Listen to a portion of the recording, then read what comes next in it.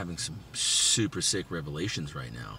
One of them is about how the military fucking crushes your solid mental health, like the day that you get in, because the military requires you to give up your sense of self. It requires you to give up your sense of individuality. Don't interrupt me again. You have to suppress, sacrifice your sense of individuality and replace that with the team, with the unit, with the group, because you're joining something that is bigger than yourself, and so therefore accept your minimalistic role in this greater machine. And it doesn't really encourage like freedom of expression, you know, which is like necessary for a human being to be a human being and not a fucking animal. Even animals express themselves. Who am I kidding? Fucking fish express themselves. They like have no brain. And it's like we as humans have to express ourselves in a much more elaborate way, an articulate way, and it's needed for fucking mental health. Like, it's needed. I think the military needs to fucking get with it, and they need to keep doing what they got to do. Like, when you join, like, it is not about you. It is about the fucking unit. I'm not trying to change the military here. All I mean is that they need to acknowledge that they do this to an individual. They need to acknowledge that they are requiring you to suppress what you're thinking and how you're feeling, because you don't matter that much, and what you are thinking and what you are feeling doesn't matter. That nobody cares. Just shut the fuck up and do what you're told. So that is kind of ingrained in you and beaten into you, and that is not good for good mental health, right? You have to have a sense of self. You have to think about who you are and what you want and what you're thinking and what you're feeling. Like, these are all good, normal things that you're not supposed to do in the military. Military culture doesn't fucking encourage that. It suppresses that. So it teaches us to suppress what we're thinking and what we're feeling and give up our individuality. And that is horrible for mental health. I think I said that like 4 times now. You guys will fucking pick it up like any minute now. And she works out. Yes, she does. So, oh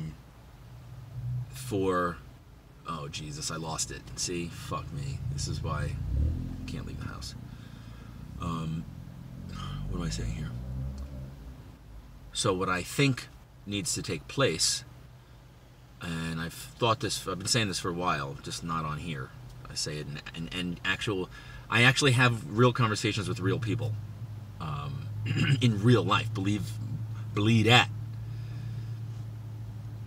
So, anyways, I've been talking about the need for the military as a part of your transition, part of your TRS, TAPS, TAMS, transition readiness services, whatever course you have to go through, that needs to include this mental health component. Like, oh, by the way, before you guys leave and go out into the world and be off on your own outside of the tribe, don't forget that we have taught you to suppress what you're thinking and how you're feeling.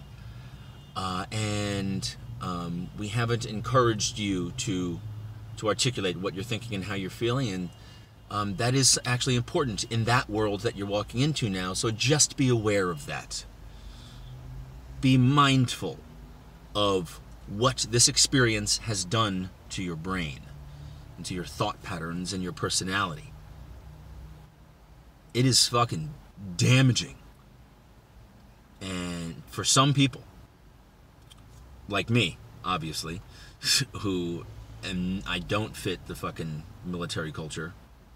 Like, the person that I am now is not the person that I was when I was in. When I was in, I had to make a sacrifice of my individuality and my sense of self. And it wasn't about me for that time. It was just about being good at your fucking job and going to slay bodies and loving it. Like, that was all that mattered. And I embraced that lifestyle. It was a true warrior lifestyle. I got the fucking best the Marine Corps had to offer. I was so lucky. Not necessarily my bosses. If you've seen a grunt life, you know what I'm talking about. But I became what the Marine Corps needed me to be. Because my job was to fight wars, and there is a certain expectation of you when you're going to go fight wars. That is the lifestyle. So, you know, you gotta. That's the sacrifice right there, right? It's not fucking any of this other bitch ass shit. That's the fucking sacrifice when you join the services, and it's important when you leave the services to acknowledge your personality as it stands right now that I'm getting out. What am I like now? What was I like before? What was I like when I was 15, 12, 10, 8? Which of my personality traits have I stayed true to throughout my life? Or has it consistently changed? But just like be mindful of this shit. And then unfuck your mind through your own effort and through the help of others. and ensure that you are living a life that you feel is yours, and not just fitting this mold that the military created. Because that's not, like, that's cool for some people. I'm sure there are some that wouldn't have it any other way to, like, you know, keep the fucking military act, the 511 pants. Tom Davin, respect. But the 511 pants, like, you know, that shit, and the whole operator look and all that, you know, just doing it for fucking years. And meanwhile, you're working in fucking the warehouse at Costco. Come on, dude. That was fucking dickhead shit. That's my bad. But come on, dude. What are we doing? So anyways, where the fuck was I going with this? I forgot. So that's cool. Totally forgot where I was going with this, but it's okay because the gym is calling. So anyways, I hope we learned a lot here, guys. Hope we learned a lot about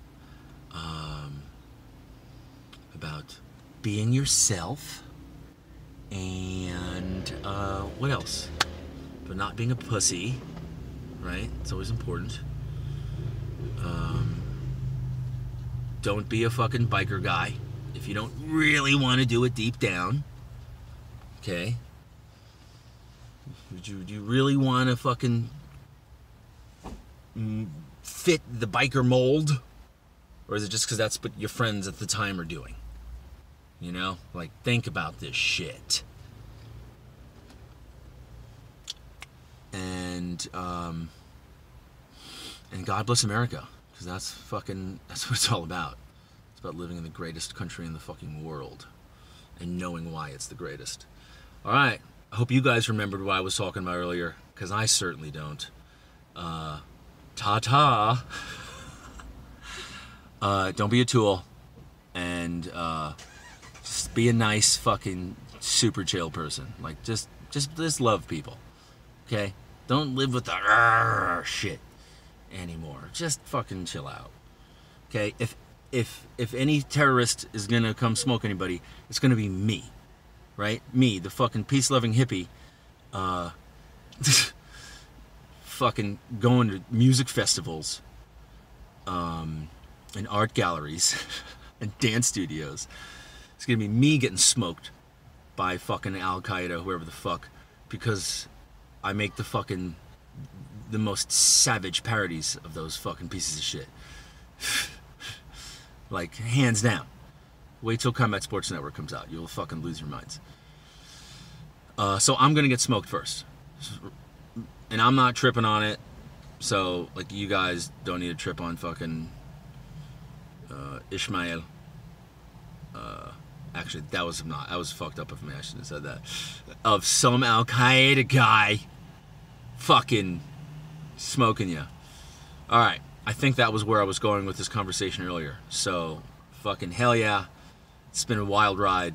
I'm gonna go lift some weights and try not to pop wood. So, That's what's going on here. God bless America.